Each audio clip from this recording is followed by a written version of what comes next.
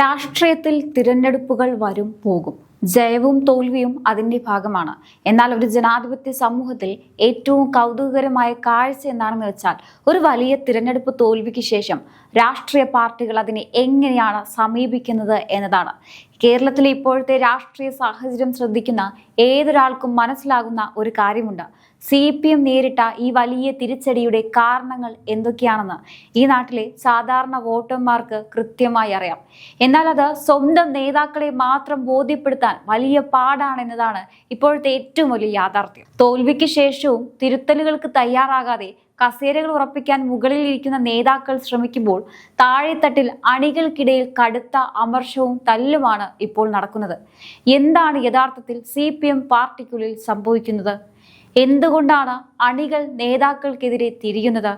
ഇത് വെറുമൊരു തിരഞ്ഞെടുപ്പ് തോൽവി മാത്രമാണോ, അതോ പാർട്ടിയുടെ അടിത്തറ ഇളകുന്നതിന്റെ സൂചനയാണോ?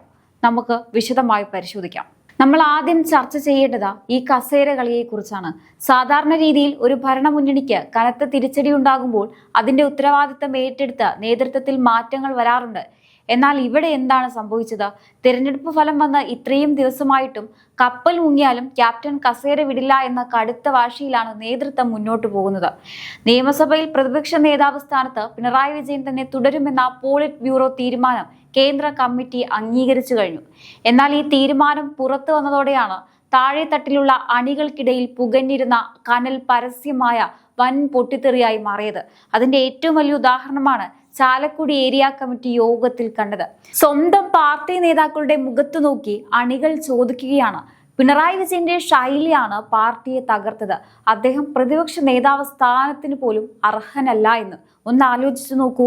കടുത്ത അച്ചടക്കമുള്ള ഒരു പാർട്ടിയിൽ മുഖ്യമന്ത്രിയായിരുന്ന ഒരു നേതാവിനെതിരെ സ്വന്തം അണികൾ ഇത്രയും കടുത്ത ഭാഷയിൽ വിമർശനം ഉന്നയിക്കണമെങ്കിൽ അടിത്തട്ടിൽ അമർഷം എത്രത്തോളം ഉണ്ടായിരിക്കണം?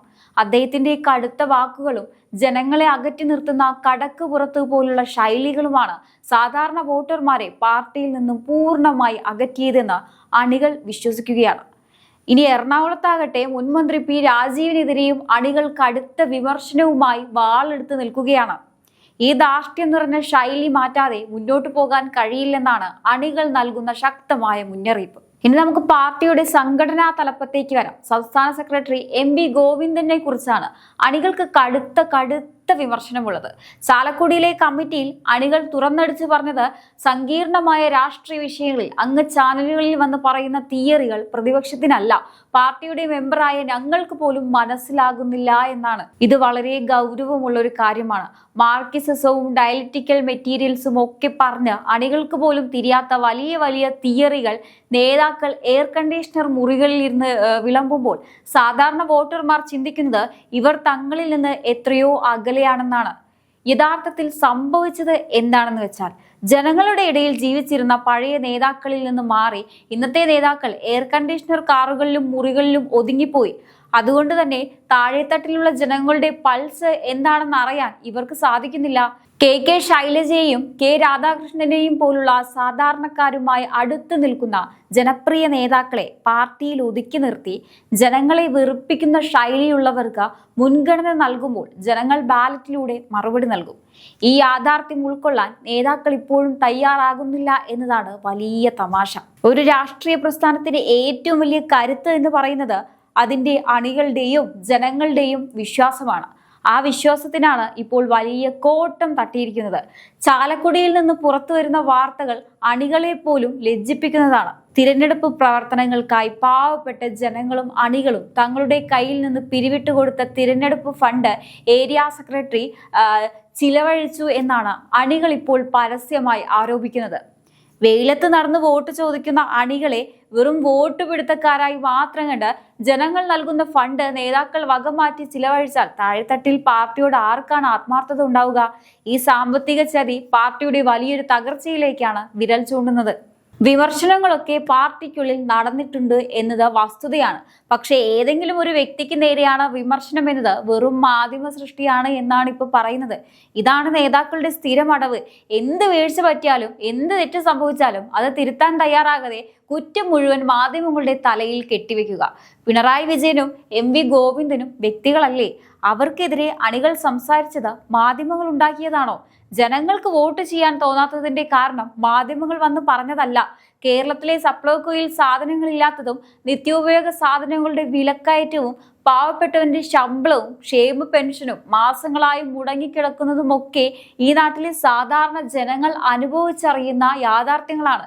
സ്വന്തം വീഴ്ചകളെ മൂടിവെക്കാൻ മാധ്യമ അജണ്ട എന്ന് വിളിച്ച് ന്യായീകരിക്കുന്ന ഈ അഹങ്കാരമാണ് പാർട്ടിയെ ജനങ്ങളിൽ നിന്ന് കൂടുതൽ അകറ്റുന്നത്. അപ്പോൾ കാര്യങ്ങൾ വളരെ വ്യക്തമാണ്.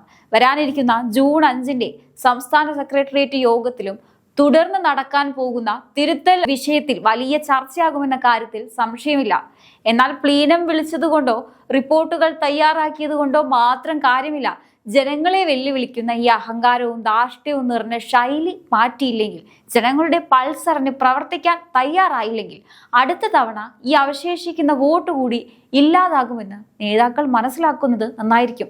തെറ്റുകൾ മറ്റുള്ളവരുടെ തലയിൽ കെട്ടിവെക്കാതെ ജനങ്ങളെ ബഹുമാനിക്കാനും അവരുടെ പ്രശ്നങ്ങൾ പരിഹരിക്കാനും തയ്യാറാവുകയാണ് ഇനി പാർട്ടിക്ക് മുന്നിലുള്ള ഏക വഴി എന്ന് പറയുന്നത്. ഈ ആഭ്യന്തര കലഹങ്ങൾ അണികളുടെ വലിയൊരു മുന്നറിയിപ്പാണ്. നേതാക്കൾ ഇനിയെങ്കിലും കണ്ണു തുറക്കുമോ അതോ പഴയതുപോലെ ക്യാപ്സ്യൂളുകളിൽ അഭയം പ്രാപിക്കുമോ എന്ന് നമുക്ക് കണ്ടറിയാം. എന്തായാലും ജനാധിപത്യത്തിൽ വോട്ടർമാർ അല്ലെങ്കിൽ സാധാരണ ജനങ്ങൾ നൽകുന്ന ഒരു സന്ദേശമുണ്ട്.